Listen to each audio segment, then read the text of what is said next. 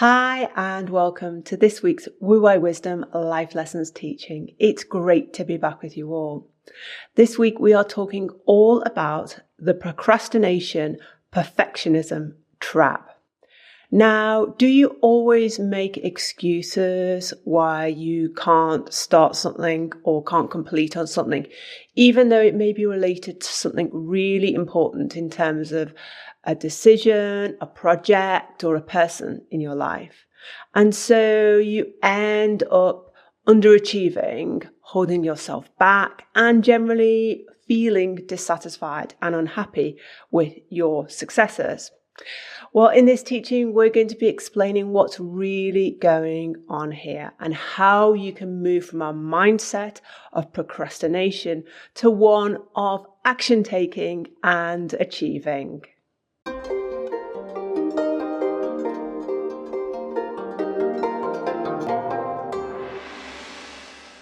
Okay, David, so this procrastination habit, it's a subject that's very, very dear to my own heart. How common is it with your clients, and what sort of clients does it affect?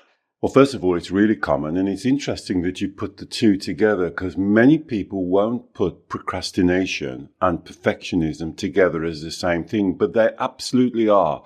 And this touches on the inner child. And for those of you new to our channel, not sure what we're talking about, we're giving the title, The Inner Child, to your subconscious mind.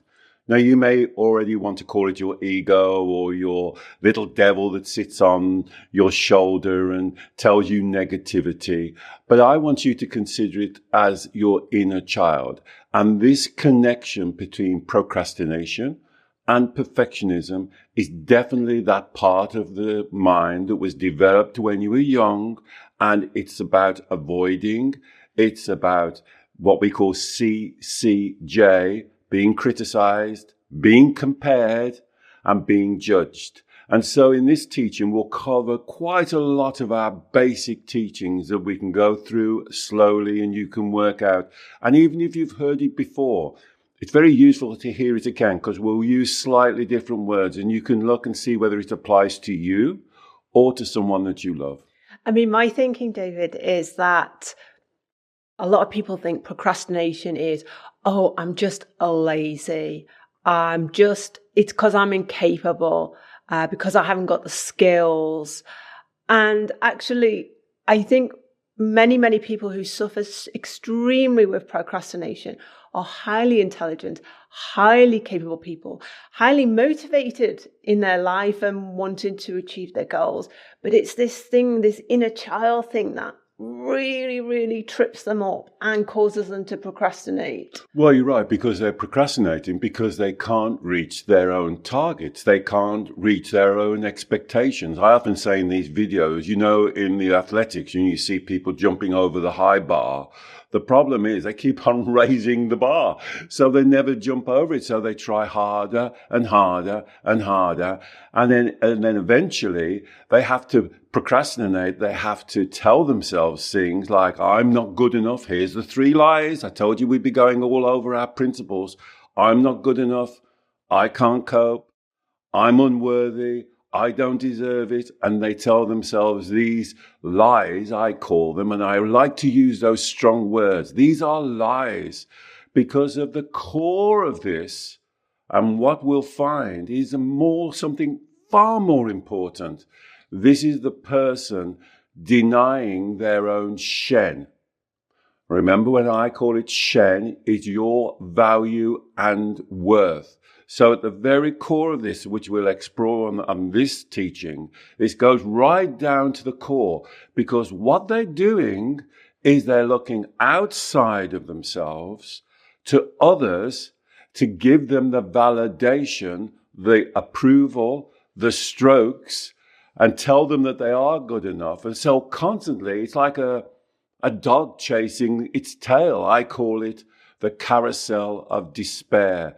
They're constantly looking outside of themselves to get what they can't get because you already have innate value and worth. You already have Shen. Looking outside of yourself for somebody to give you that, to make you okay, will never work. And so this way of thinking has to change. And it starts in childhood, and we'll discuss that in a few moments. But if this is you, please listen to this. Drop your shoulders now. Take a breath. Look at the bigger picture. People cannot give you what you already have. You already have innate value and worth. It doesn't matter how high you jump over the bar. That's not going to make you more valuable or more worthy. I think, though, David, a lot of people would listen to what you've just said and think,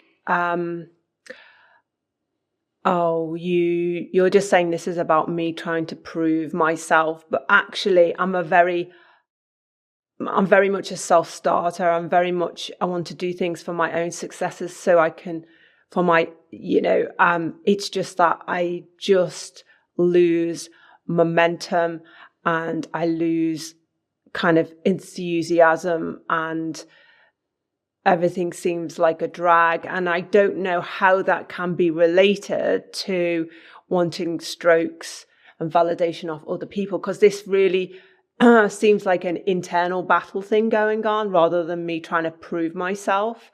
So can you help me unravel this a bit more? Yes, well, it definitely is an internal battle, because the internal battle that if you are really connected to your innate self-worth, you would not be looking and losing motivation. If what you said, Alex, is true, you are a self-starter, somebody who's motivated.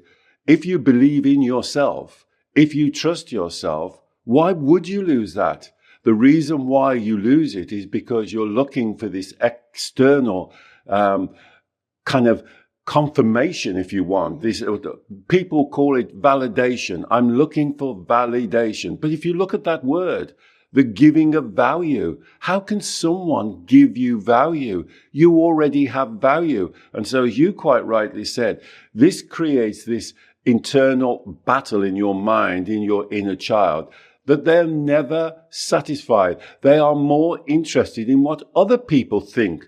They do not like to be, I go back to CCJ, any form of slight criticism, slight negative feedback, something that didn't go quite as smoothly and as perfectly as they wanted. Then they'll throw in the towel, then they'll throw the hands up, and then they'll start the self-blame. Well, it's me. There's something wrong with me. There's something missing in me. Other people can do it. And this is the beauty of CCJ, and we've done many teachings on CCJ. The person will quite easily CCJ somebody else, but they don't want to be CCJ'd. And so this is where it gets very confusing. And as you quite rightly said, it creates this internal conflict and this upset inside of themselves, because again, they're like a dog chasing its tail. They can't win that. So David, I'm just wondering, I'm listening to what you said.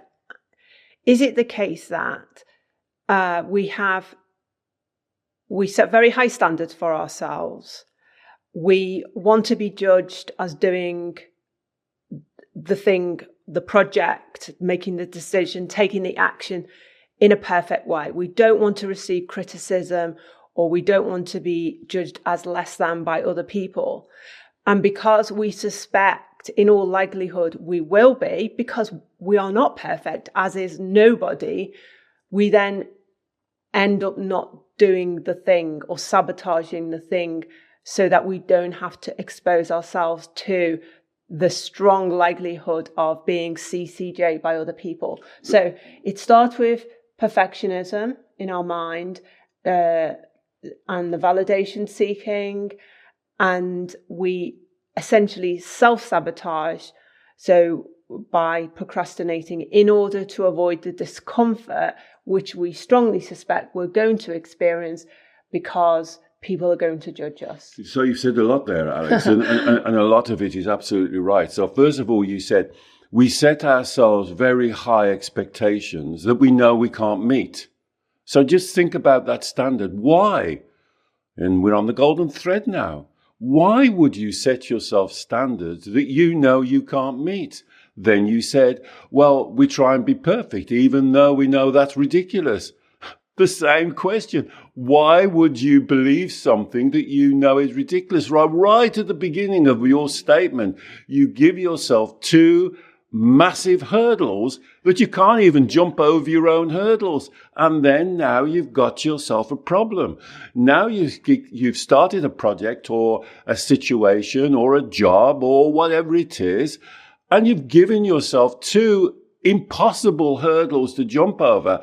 And then what that part of your mind is doing, that I call the inner child, it's looking for an escape route, looking for a get out of jail card free. And then what does it do? It blames itself. It must be me. There's something wrong with me. I can't even live up to my own standards, it says. The problem is no one can live up to your standards. And that's the problem. You've got to look at what you believe, why you believe it. How many times do I say these in this video, these teachings? It's about your belief system, because what the inner child will then do is start to create emotional feelings, start to create overwhelming emotional feeling. I might as well give up. It never works out for me. Look at other people. They can be successful. I can't. CCJing again, comparing. The inner child loves comparing because the inner child wants to be special, top of the heap. It wants everyone to look at them and to say, oh my goodness, he's Lou. Oh, look at his Alex. Isn't she wonderful? And every project Alex does, she just does it without any effort. I'm working hard and Alex just swans in and does it perfectly every time. Now we all laugh, but unfortunately, that's what the inner child wants. It wants to be slightly superior, slightly better, so no one could ever criticize it, compare it, or be judgmental. But then paradoxically, the inner child will quickly compare and judge and criticize other people. Yeah, and do you think we do that to make ourselves feel better, to push ourselves higher up the pedestal? But again, it's very counterproductive, because it's like a poisonous exercise somehow, isn't it? Any CCJ against ourselves or other people, it's like dropping poison and polluting our authentic self, our natural self, our higher self somehow. Well, that's exactly what it is, Alex. But I want you to go deeper in this teaching, because this is about how you value yourself, your Shen. Remember, my word for value and worth is Shen, because Shen is a kind of a divineness of every human being has value and worth. Value and worth is something that's bestowed on you. Somebody else gives it to you. Your parents don't give you a spoonful of value as every day. If you're a good girl or a good boy, you already have it. But this is really at the core of this, the part of your mind that we call the inner child. And this part of your mind was developed around the ages of 6 to 9 years old. And this is when you did believe that value came from outside. What your parents, what your teachers, what your friends think and say about you is what you are, your value. And this is the core that you have to go back to, and you have to solve that, because if you don't, it carries on all through your life. I mean, it seems to me it's almost like a game we're playing inside of ourselves that nobody's aware of. We're creating ridiculously high standards for ourselves, even though we don't need to. We create them. That then creates a problem for us. So then we have to create another problem through the procrastination.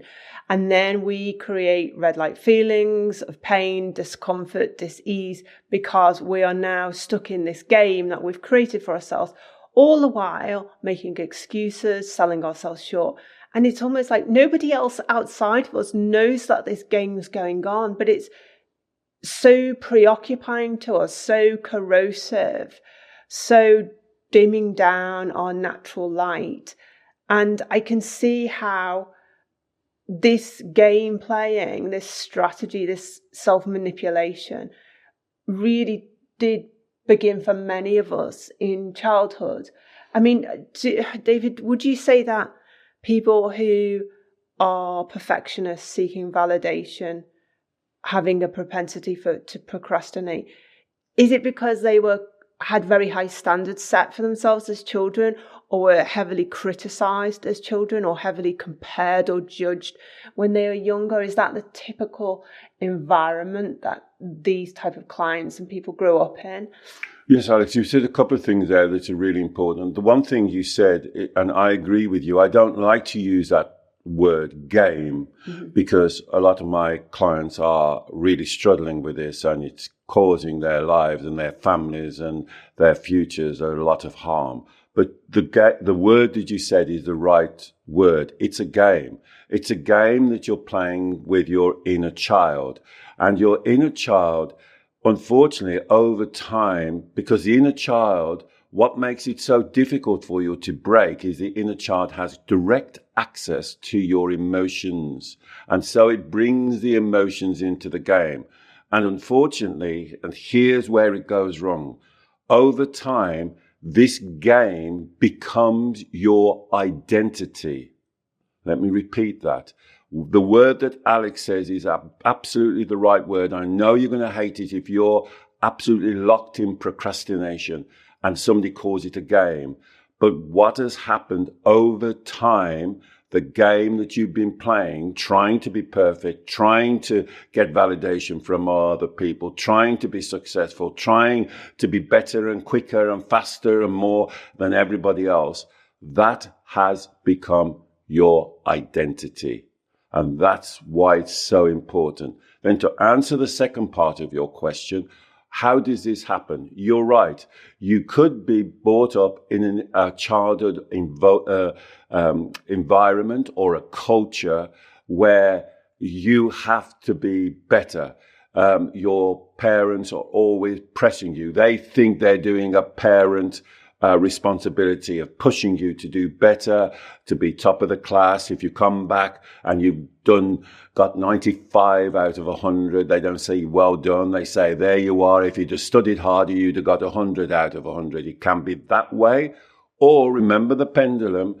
It can be the other way, where they are not interested in you. They don't offer you any kind of support. They don't offer you any kindness or any love. And then you come to the conclusion, if I am successful, if I am really good, if I am top of the class, if I do everything right, if I clean my house, if I clean my room, if I do this, then they'll love me more. And so you swing from one to the other, but both of those are the same. You're looking outside of yourself for something, and this is the core teaching of this. This is the life lesson. You cannot look outside of yourself for Shen, value and worth, when you already have it. No one can give it to you. No one can take it away. And the third thing that a lot of us are brought up into this environment where our parents, their parenting technique to bring us up is basically like a carrot and a stick. So if you do what I think is good for you, you are a good girl or a good boy. If you don't do what I think is good for you, then I'm going to pull away and I'm going to not connect with you or punish you. And then very quickly the child learns that value is a commodity. They have to work. You have to earn love. You have to earn respect. You have to earn this. And this is where it goes wrong. And you know what, David? I can see how now as adults, we've taken over the mantle from our parents. So that kind of titration of love and respect and praise that our parents were kind of giving and taking. We're now doing it to ourselves. Yes. So we're happy in one moment, we're in our flow in one moment, and then the negative self-talk kicks in related to the perfectionism, not being good enough. I'm lazy, I can't do this. And then we're withdrawing it. It's like push, pull. And we've taken over that mantle now. We've taken over the mantle. I mean, how do we, you talked about it being a game that becomes part of our identity, rooted in our childhood. It's become a habit now. How do we stop this? Because a lot of people would say, oh, well, just don't try to be 100% in terms of your success, or, don't try to be perfect. Just go for 70%, and that's okay. And that may feel okay, lowering the bar.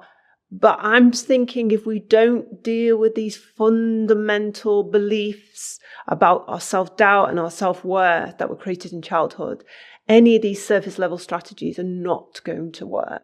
That's where I absolutely agree with you. All of the techniques, all of the programs, all of the 10 steps, 5 steps, 100 steps, reading books, it won't work, because you have to get down to the core belief. First of all, you have to understand what's going on. And this is why we do these videos, these life lessons. This is a life lesson. This is a lesson for your life. And I want you to be accountable and responsible for your life. And that sounds like everybody is saying, oh, well, of course I am. But actually, are you? Because if you're looking outside of yourself for validation, approval, all of these strokes, people to put you on high esteem, if you, even in your statement, if you doubt yourself, how can you doubt your Shen? How can you doubt that? How could you ever say, and ask yourself as you listen to me, have you ever said one of the 3 lies? I'm not good enough. Even in your self-talk, I can't cope. I'm not worthy, or I'm not deserving, or I'm unlovable. It's the same thing. If you ever said that, then you have this problem. You have this problem of doubting your innate value and worth. And if you got that problem at the core, then it's like a row of dominoes. When you hit the domino and all the dominoes spread out, this is the problem. You can work on the bottom dominoes as much as you want to, but it's the first one. It's your Shen. Your Shen is so important, and whether you value you, that's where it is. And what we have to do is to take away, you use the word habit.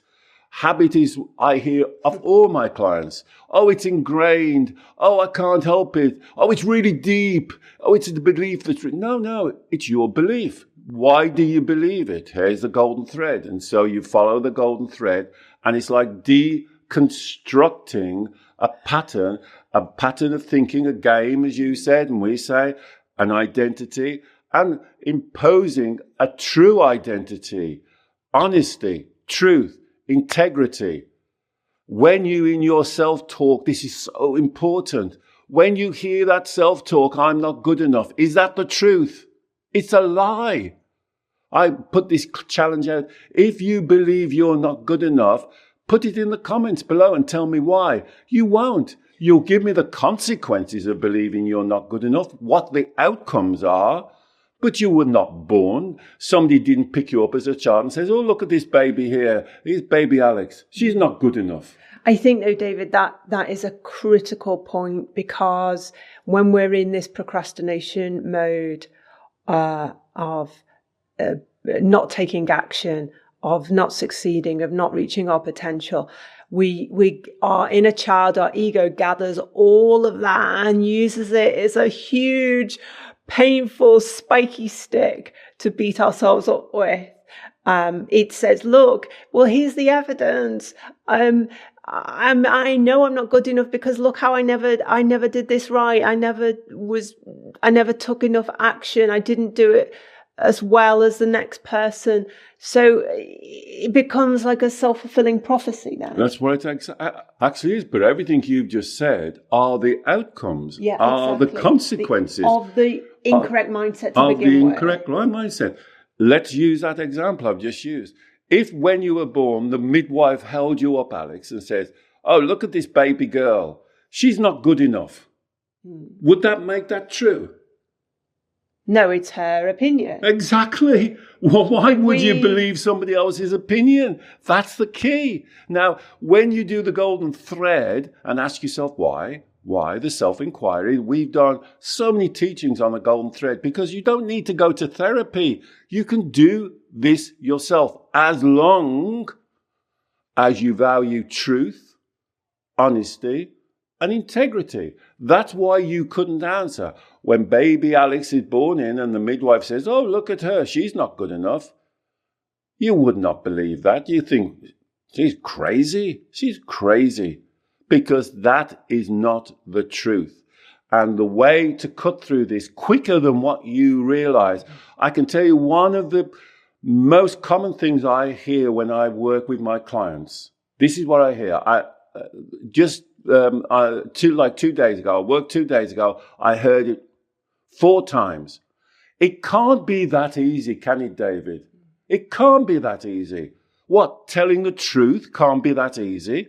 If you believe you're not good enough, I'm calling that a lie. That cannot be true. Now, if I'm wrong, tell me, show me. What made you not good enough? But what we're fundamentally talking about here, and this is where, again, people make the mistake with this, and then they lose the thread of the potential for change, is we're talking about your innate value and worth. We're not talking about, your particular skill in this particular nuanced area of expertise. That's something everyone has to learn, grow, study, master. That's part of our life journey. But we're talking about our innate value. So just because we haven't quite reached top grade in skill or project or area X of our life does not mean we are lacking in value and worth innately within ourselves. And the problem is we get this fundamental teaching so confused, and then we tie ourselves up in knots, and we then just allow the inner child story and the game and the identity thing to continue because we can't make sense of it. That's 100% right. Again, 2 days ago, a client said this to me. Are you saying a brain surgeon is as valuable as a road sweeper? I'm saying, yes, the person, a brain surgeon to society value might be more valuable than a road sweeper. That's a society thing. But for the person itself, of course, a road sweeper and a brain surgeon has equal personal innate shen. They are not more or less value. Value is not given or taken away. And if you believe that, then you've got an even bigger problem. And here's your bigger problem.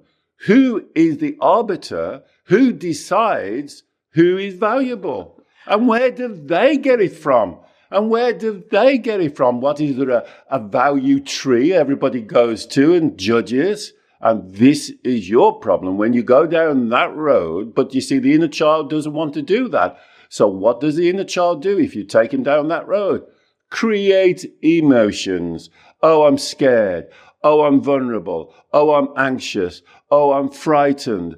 Oh, and what the inner child does then is very clever. As I said to you earlier, the inner child has a direct connection to emotions because they use emotions in the game to push people away. They start crying, shouting, screaming, going away, locking themselves in a darkened room, putting the duvet over their head, saying, it's poor me, I'm not good enough, nobody ever loves me, feel sorry for me, poor me, let's run the poor me story. And so this is part of the inner child's game. And so, David, I suspect, and I can put links in the show notes, that to do this work, it's about doing the inner child reparenting, getting down to those 3 lies that we talked about. I'm not good enough. And then going deeper, I'm not Alex, lovable. to the vow. Yeah, to the vow. So I can put links in our show notes to really, really help you with this work. And also I'll put a link to our Shen teaching playlist, which is about understanding this innate self-worth that you have and you need to hold on to when you've got all this negative self-talk going on. Exactly. So let's do just a couple of minutes, Alex, on the vow, because the vow is very important. We've talked about the 3 lies, and as you say, we've done lots of teachings on those. Those are vital because that's normally what you hear yourself saying, the three lies. But under the 3 lies is what I call the vow. And the vow is the self-doubt. There's something wrong with me. There's something missing in me. There's something, and that is the key, because that is when you're doubting your Shen. And that's the key. That's what you've got to come to, because there can't be anything wrong with you. You can't be better or worse than someone else, because that's not Shen. You are now comparing. Oh, look, they got more Shen than me. I've got less Shen than them. My mother said they've got... This is not Shen. Shen is not something that human beings can dole out, as I say. It is not a commodity. You don't go and buy a bottle of Shen to top up your Shen, or your mother doesn't come and say, have a spoonful of Shen. You just need to be topped up a little bit. Shen is innate. It's who you are. It's divine. I often call it divine. It's your spirituality. It defines you. And you have to connect to that like the strongest chain that you can. And this is possible. And I will put a link in the show notes as well to our teaching on the inner child vow, because that's a really, as you say, David, it's such a vitally important teaching in many areas, including this issue to do with procrastination. I really, really hope you have enjoyed and benefited from this teaching. Please do let us know and perhaps share it with someone else who you think it may also help. David works every week with clients all over the world by Zoom video call on exactly these sorts of issues. If you would like to learn more about David's consultation calls, I will put a link in the show notes to learn more about those as well. And finally, please don't forget to subscribe to our YouTube channel. We produce new teachings every week and we would love to share your journey with you. Bye-bye.